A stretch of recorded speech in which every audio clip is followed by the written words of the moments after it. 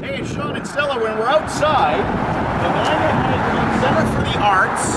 We're going to go inside and find out what it's all about and why we need your help.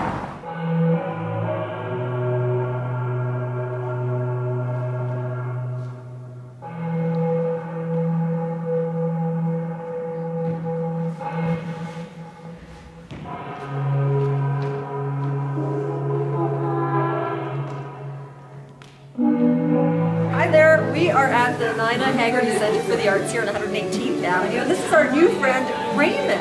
It's not very talkative. This is an actual art piece. Somebody modeled, I guess they wore this. There was straws coming out the nose so they could breathe, but this was actually created by wrapping someone in, I guess they used some sort of tape.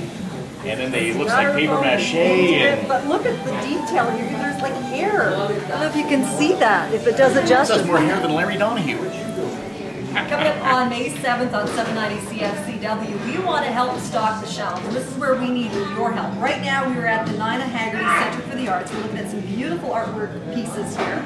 Rona is here with us to talk about stocking the shelves. How badly do we need to stock the shelves here? Our shelves need stocking. We have so many mediums our artists work with, and we don't limit them to how much they can use. If they want to grab another canvas, if they want to grab some more glass, they want to work in clay, we don't limit them. They can use any medium they want to create as much as they want. But in order for us to allow them to have that freedom and flexibility, we need to have the supplies available, such as sheets of glass, clay, canvases, framing supplies, lino for lino printing, paint and paintbrushes, right down to the very basics such as paper. It really adds up, and it's a formidable cost for us. All right, so we are over here in Studio B at the Haggerty Center for the Arts. If you look behind me, over here, this is our computer animation area where our artists come in and have an opportunity to create short stop film, all sorts of different various mediums of computer animation, which is a fantastic opportunity for people that have mobility issues such as a shaking hand or something that doesn't allow them to paint or draw. Can you tell us about what's going on over here on this section of the studio? Absolutely. This is the other part of Studio B where our artists have a chance to paint and draw. As you can see, we have one of our artists here, Uli, working on a magnificent abstract painting. Let me ask you, Rona, what do you think the people that use the Haggerty Center for the Arts get out of making art? You know, it's an opportunity to express themselves, but not just to express themselves. And to communicate with other people. To communicate with other people. You nailed it, Uli. And a lot of these people, their narratives are introducing themselves. Hi, I'm so-and-so, and I have a developmental disability.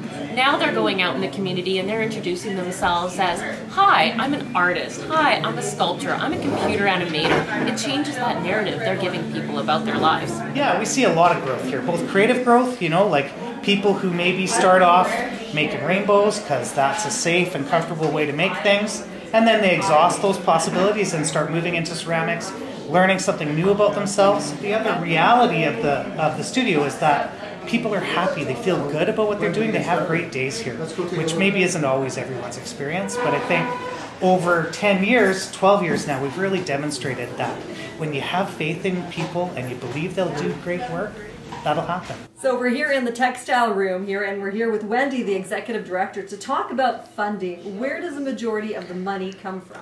Well, we're lucky to have a core base funding that comes from various sources, disability and arts funding. But we have to raise, it's a busy place, always expanding, always the budget every year creeps up, and we have to raise about half of the money through donations or earned revenues. Can we talk about a total at all? Or? You can. We used to run on a shoestring of less than $100,000, and now we're up to more than 500,000, about 550,000, and that's ever creeping up. So when anyone donates $100 or more, they get their name on a paint palette, and it'll be displayed somewhere in the building in one of our studios or here in the gallery, and it stays up for a whole year, recognizing that they helped to stock the studio shelves. So one of our many mediums that we work with here is in clay. This is one of our amazing artists, Corwin, who creates these fantastic sculptures, and they've gotten a lot of recognition and excitement. And clay is another expensive medium to work in.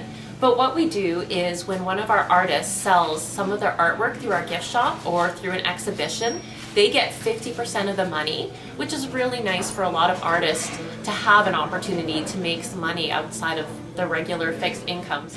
And the other 50% of the money goes back into buying supplies for the center.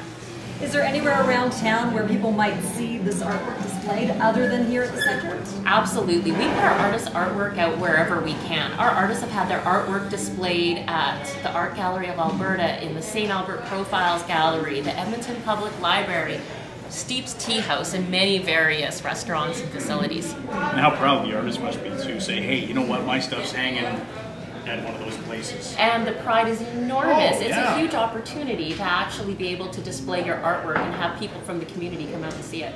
So we hope on May 7th to encourage you to support the Nina Haggerty Center for the Arts and help people here create some beautiful art pieces like this. Wouldn't this be gorgeous in our studio? In the studio, I think in a kitchen window where the sun's beaming in, oh, it would look amazing. It's just gorgeous.